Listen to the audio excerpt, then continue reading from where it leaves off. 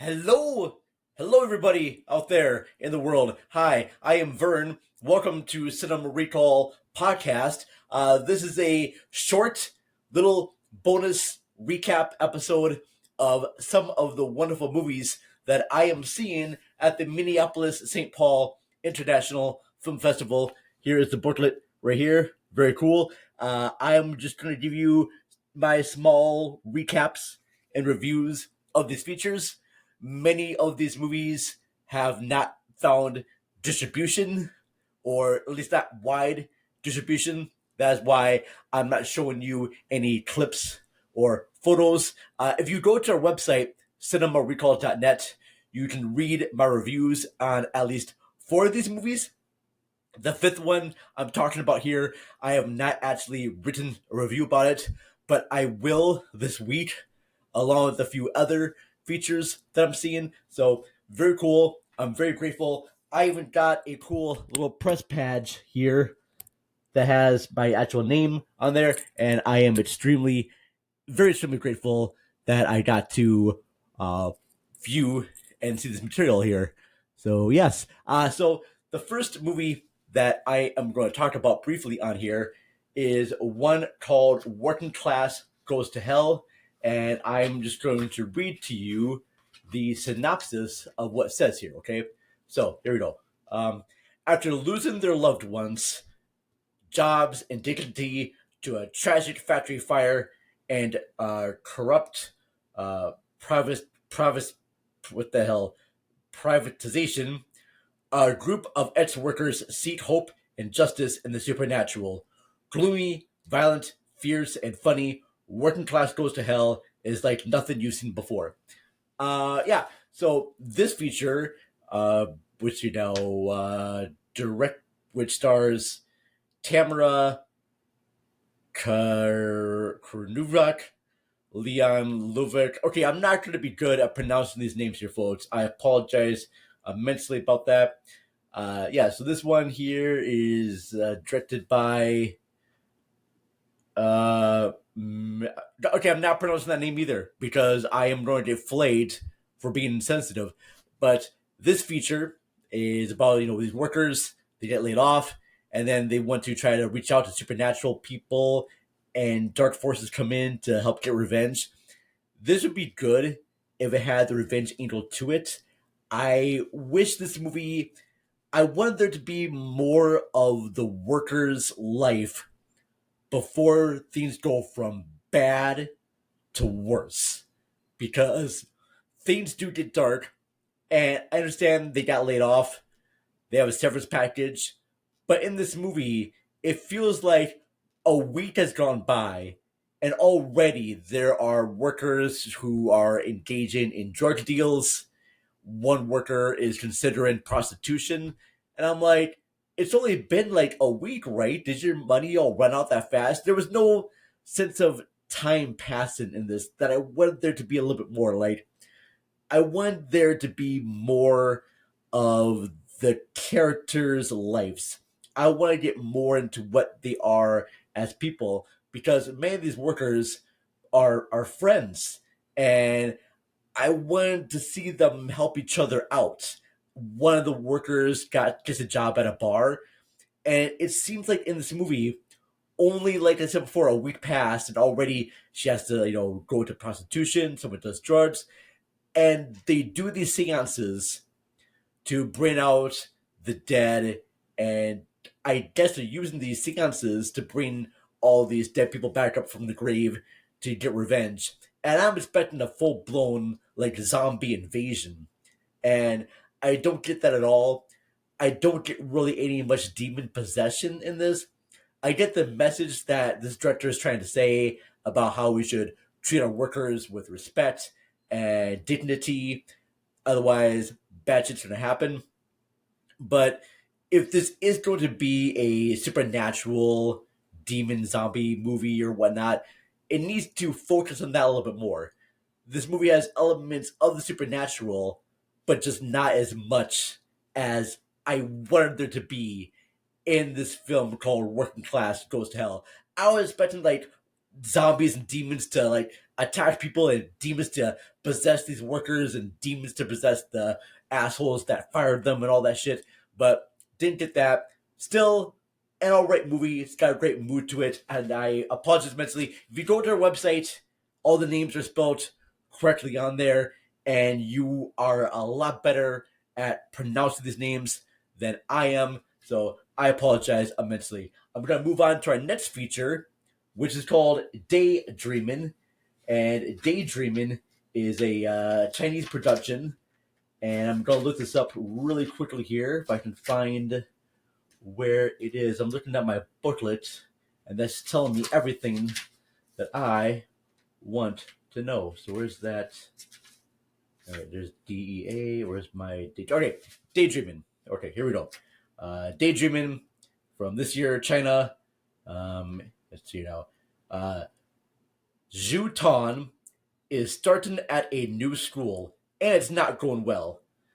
Saved by his imagination, this hopeful third grader is caught up in outlandish but relatable comedy of errors. Deb Gertwood wrote that, and I should also give credit to the person who wrote the thing for The Working Class Goes to Hell, and there's no name there. Okay, so here we go.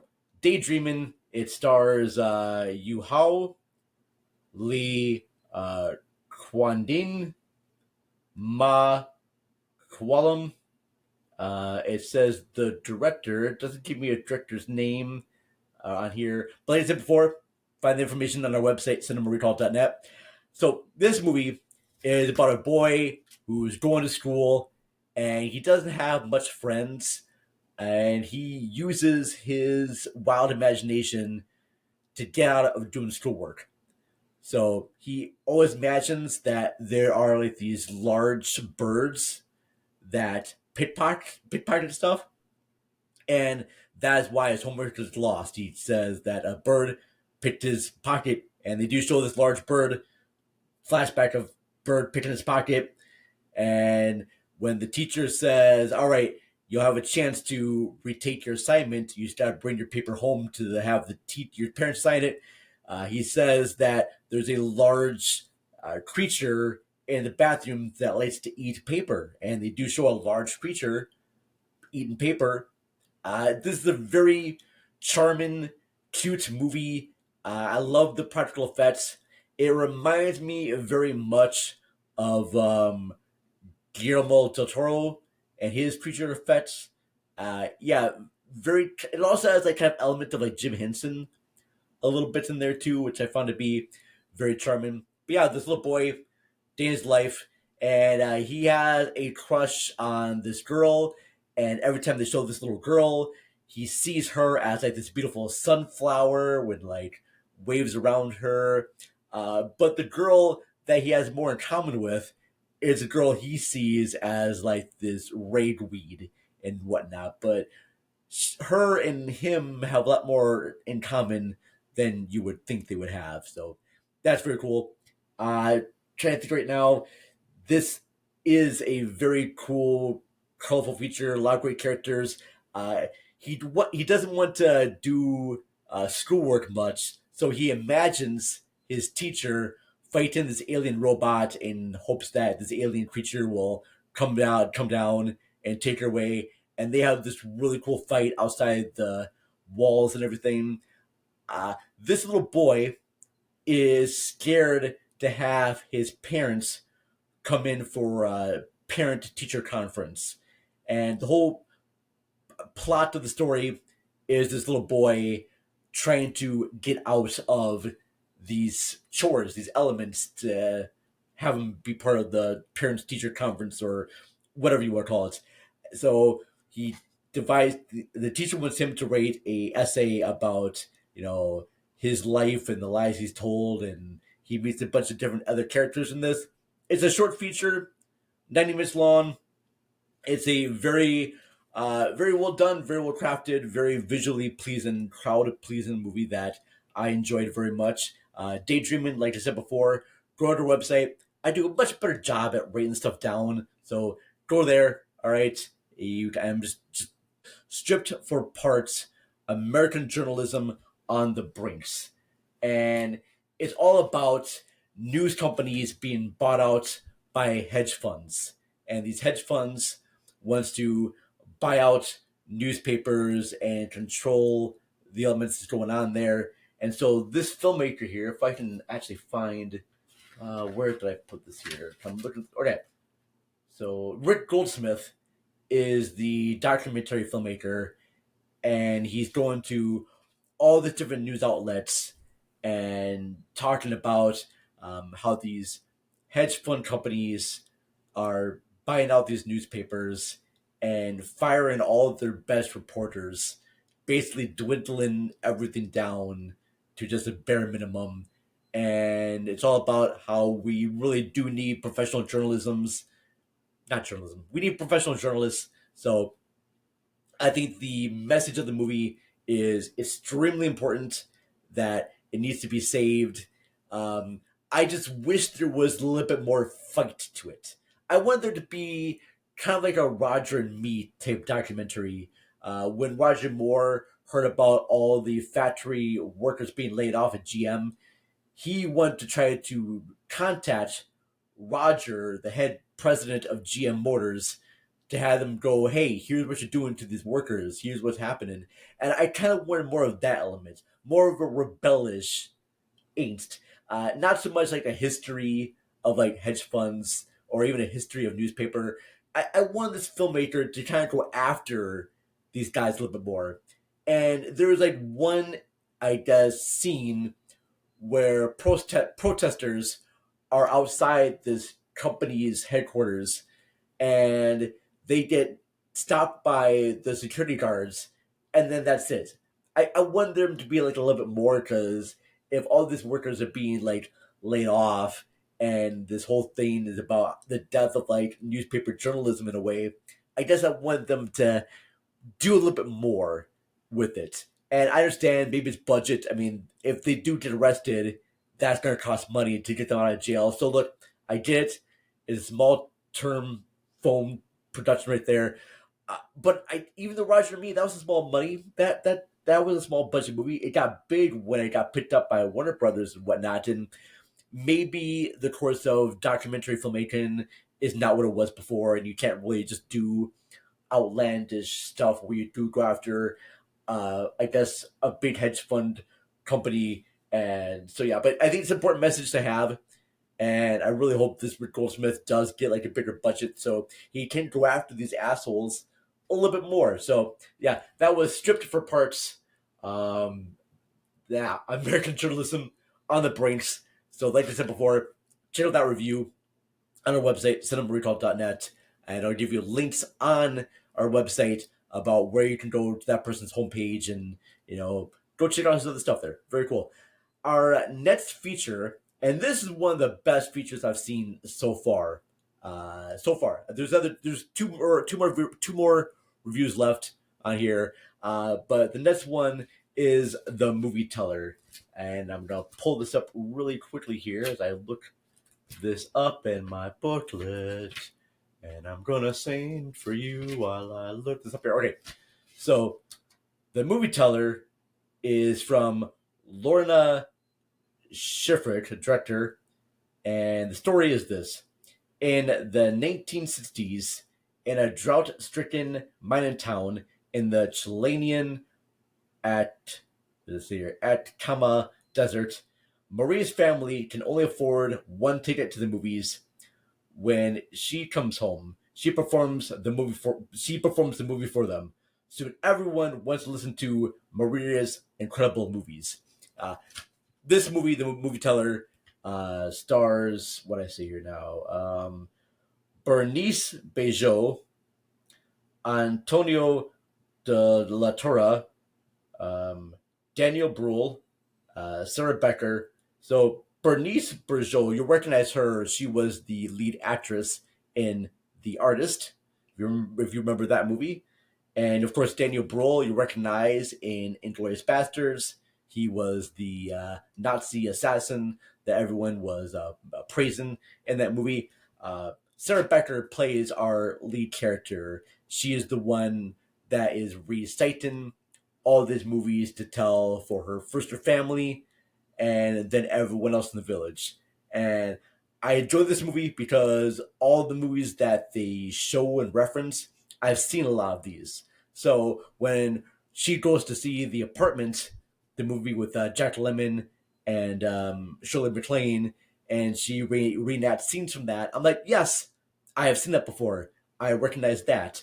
Uh, when they're trying to find a movie teller for the family, and they have each of this Maria's brothers go to the movies, and one of Maria's brothers does a reenactment of the train sequence from The Umbrellas of Cherbourg, where both Catherine Deneuve and I forget the other guy's name. They're having that departure, that big, wonderful, beautiful departure when he's going off to war with the clouds and the rain, and she's running away. He uses like model train cars and little cellophone for clouds. It's really cool. I really enjoy that very much.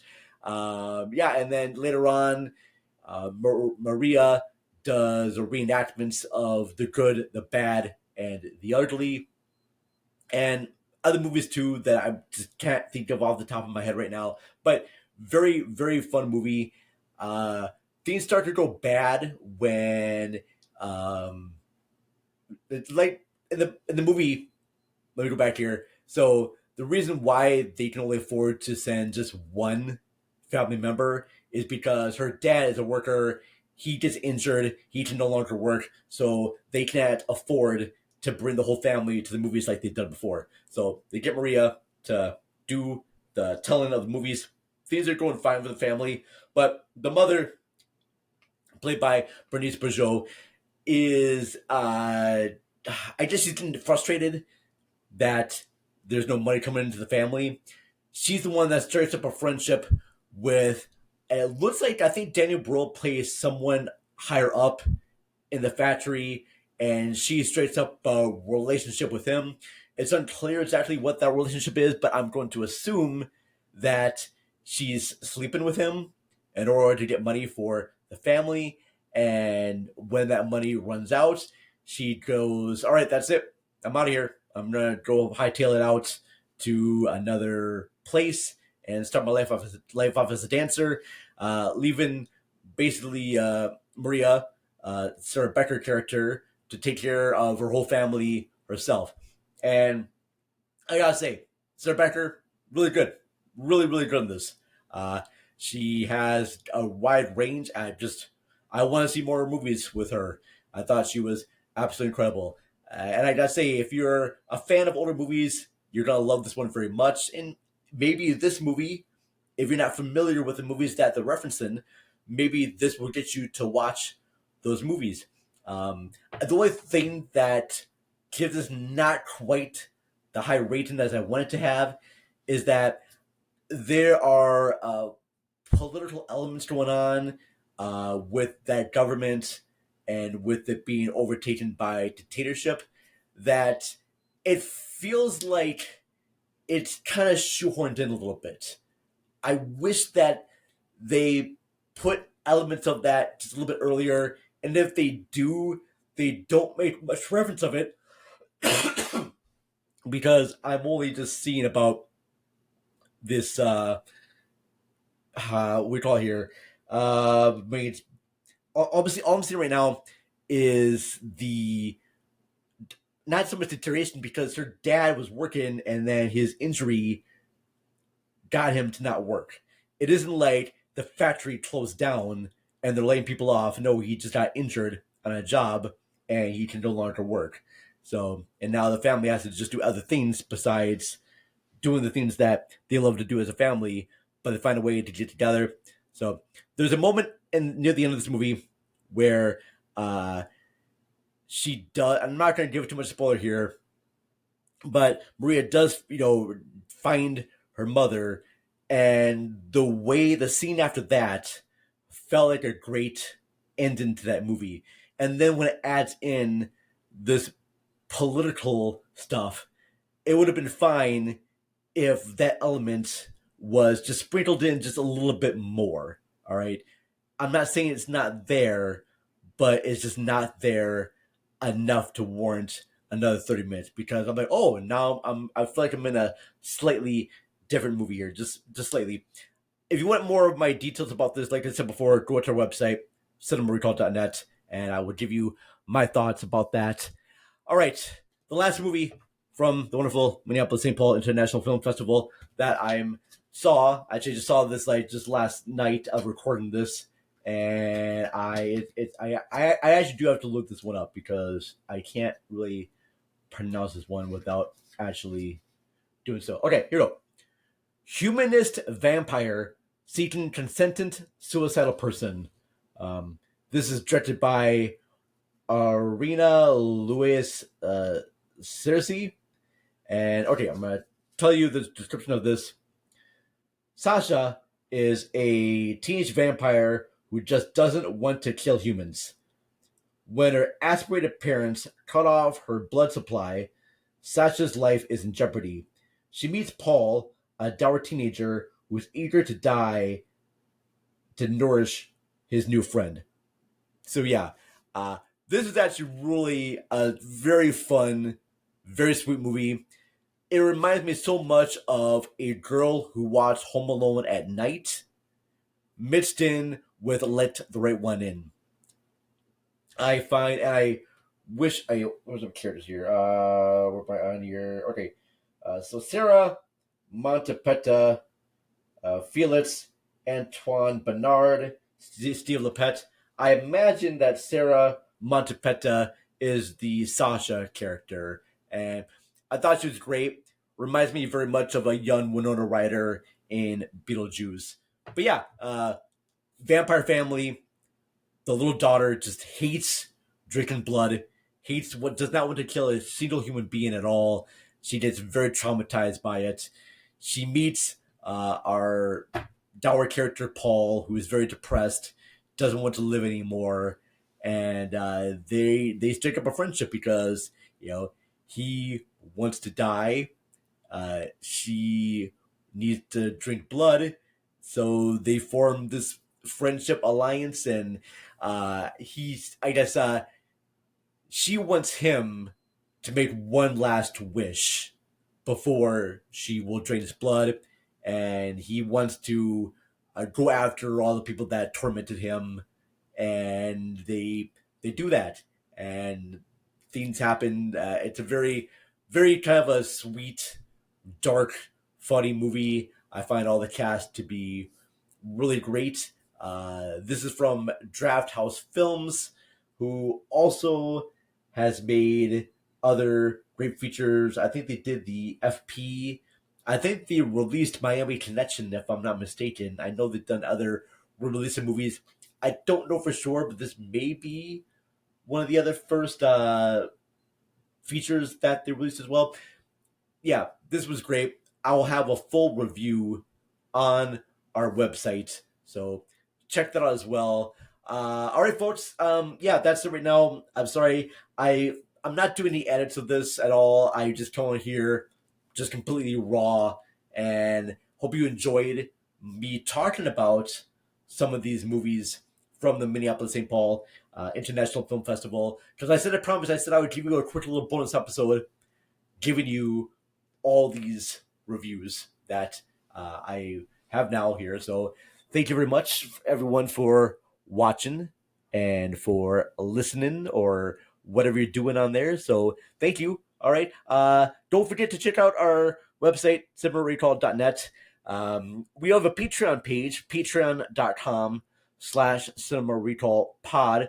You can get episodes early before anyone else does. At the time of this recording, we have our Howard the Duck episode with Kaylee from Once Over with Kaylee. So that's on our Patreon page right now. It releases Friday, April 26th on the podcast platforms. Video version of that will come out a little bit later. So yeah, that's it right now. Join our Crackhead groups, Cracked, on our Facebook page, Crack Cinema Recalls Awesome Cinematic Club. Wow. All right. So that's it. I have nothing more to say right now. Big shout out to everyone at the Main Cinema and the Minneapolis Film Society. Very grateful and thankful to get press patches. I've got more movies to watch this next week, which I will share for you on our next recap episode or everything. So that's it.